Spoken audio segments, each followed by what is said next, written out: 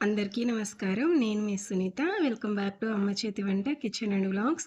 ఈరోజు వీడియో వచ్చేసి ఎంతో రుచిగా అందరికిష్టమైన గోంగూర పప్పుని అస్సలు జిగురు లేకుండా చాలా టేస్టీగా మంచి సువాసనతో ఎలా చేసుకోవాలనేది చూపిస్తున్నానండి. పప్పు చక్కగా ఉడుకుతుంది. పప్పు రుచి కూడా చాలా బావుంటుందనమాట. నేను చేసే ఈ పద్ధతి వచ్చేసి రాయలసీమ ప్రాంతంలో చేసే పద్ధతి అనమాట. చాలా అంటే చాలా రుచిగా ఉంటుంది. ఇంట్లో వాళ్ళు గిన్నె మొత్తం ఖాళీ చేస్తారు. ఈ పద్ధతిలో కనుక మనం గోంగూర పప్పు చేశామంటే, ఆ సువాసనకి నాకు అన్నం వద్దు వద్దు అన్న వాళ్ళు కూడా పొట్ట నిండా హాయిగా తినేస్తారనమాట. మరి అంత టేస్ట్‌గా ఉన్న ఈ గోంగూర పప్పుని ఎలా చేసుకోవాలో ఇప్పుడు చూద్దాం. దానికోసం ఒక ప్రెషర్ కుక్కర్ తీసుకొని అందులోకి ఒక చిన్న టీ గ్లాస్ తోటి గ్లాసున్నర ఎర్రపప్పు అయితే తీసుకుంటున్నానండి. మీ దగ్గర కందిపప్పు, మామూలు పప్పు ఉంటే అదైనా తీసుకోవచ్చు. ప్రస్తుతం అయితే నేను ఎర్రపప్పు అయితే తీసుకున్నాను. తర్వాత ఇందులో వాటర్ వేసి శుభ్రంగా ఒక 2 సార్లు కడిగి తీసుకోండి. ఇలా కడిగిన తర్వాత ఈ వాటర్ అంతా వంపేసి తీసుకోండి. ఇలా వాటర్ వంపేసిన తర్వాత కారానికి తగినట్టుగా 3-4 పచ్చిమిర్చిని ఇలా చిన్న ముక్కలుగా తుంచేసి వేసుకోండి.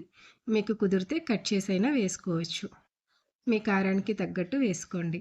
తర్వాత ఇందులోనే ఇక్కడ వీడియో క్లిప్‌లో చూపిస్తున్నట్టుగా కొద్దిగా కొత్తిమీరని కూడా వేసుకోండి. ఇక్కడ నేను ఇంట్లో మన తొట్టిలో కాసిన నాటు కొత్తిమీరని పూతతో సహా వేస్తున్నానండి. స్మెల్ చాలా బావుంటుంది. మీ దగ్గర ఏ కొత్తిమీర ఉంటే ఆ కొత్తిమీర వేసుకోండి. తర్వాత ఇందులోనే ఒక పెద్ద సైజు వెల్లుల్లిపాయని పొట్టు వలిచేసి వేసుకోండి. ఇక్కడ మనం ఉల్లిపాయ వేయట్లేదండి. ఇలా వెల్లుల్లిపాయతో వేయడం వల్ల టేస్ట్ చాలా బావుంటుంది. పప్పు జిగురు లేకుండా ఉంటుందనమాట. తర్వాత ఇందులోకి పావు టీ స్పూన్ పసుపు వేసుకోండి. అలాగే పావు టీ స్పూన్ వేయించి పొడి చేసిన ధనియా పొడి వేసుకోండి.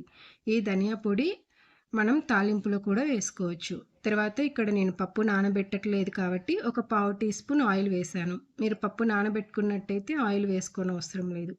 తర్వాత మనం ఏ గ్లాస్‌తో అయితే పప్పు తీసుకున్నామో అదే గ్లాస్‌తో 3 గ్లాసుల దాకా వాటర్ తీసుకుంటున్నాను.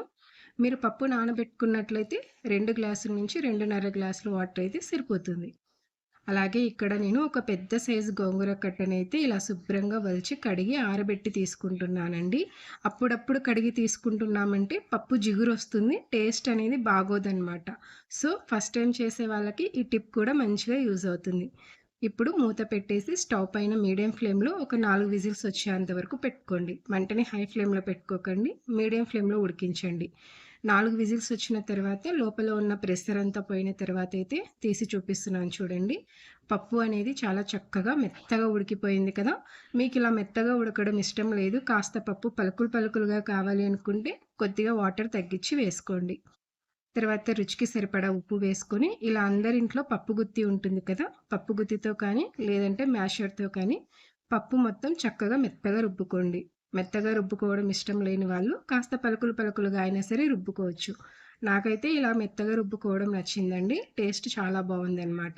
సో, అందుకనేసి మొత్తం కూడా మెత్తగా రుబ్బేసుకున్నాననమాట. ఈ విధంగా రుబ్బుకున్న తర్వాత మూత పెట్టి పక్కన పెట్టుకోండి. ఇప్పుడు స్టవ్ పైన ఒక కడాయి పెట్టుకొని అందులోకి 2 టీ స్పూన్ల దాకా ఆయిల్ వేసుకోండి. ఆయిల్ బాగా వేడైన తర్వాత సన్నగా కట్ చేసిన వెల్లుల్లిని వేసుకోండి పొట్టు ఒలిచేసి. తర్వాత 2 ఎండుమిర్చిని ఇలా చిన్న చిన్న ముక్కలుగా తుంచేసి వేసుకోండి. అలాగే ఒక టీ స్పూన్ మినపప్పు, పావు టీ స్పూన్ జీలకర్ర, పావు టీ స్పూన్ ఆవాలు, 2 రెమ్మల కరివేపాకుని తుంచి వేసి ఈ తాలింపంతా కూడా ఒకసారి బాగా కలుపుకోండి.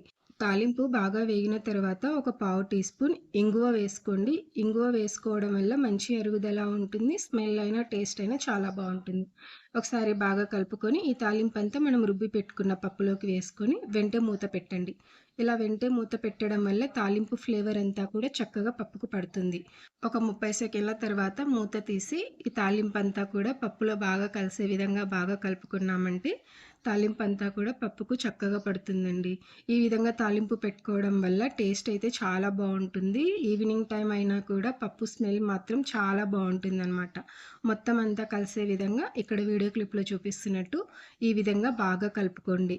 ఇంతేనండి. ఎంతో టేస్టీగా, సింపుల్‌గా అస్సలు జిగురు లేకుండా గోంగూర పప్పు అనేది తయారైపోతుంది. చాలా టేస్ట్‌గా ఉంటుంది. అలాగే మీకొక విషయం చెప్పాలండి. నేను తీసుకున్న గోంగూర వచ్చేసి ఎర్ర గోంగూర అనమాట. తెల్ల గోంగూర అంత టేస్ట్‌గా ఉండదు. ఎర్ర గోంగూర తీసుకున్నామంటే అంటే పులుపు గోంగూర అంటాం కదా! ఆ గోంగూర తీసుకున్నామంటే చాలా అంటే చాలా టేస్ట్‌గా ఉంటుంది. పప్పు పుల్ల పుల్లగా, కారం కారంగా చాలా బావుంటుందండి. ఈ పులుపుతోటి ఇంకా పులుపు జోడించి తీసుకున్నామంటే ఇంకా బావుంటుందనమాట.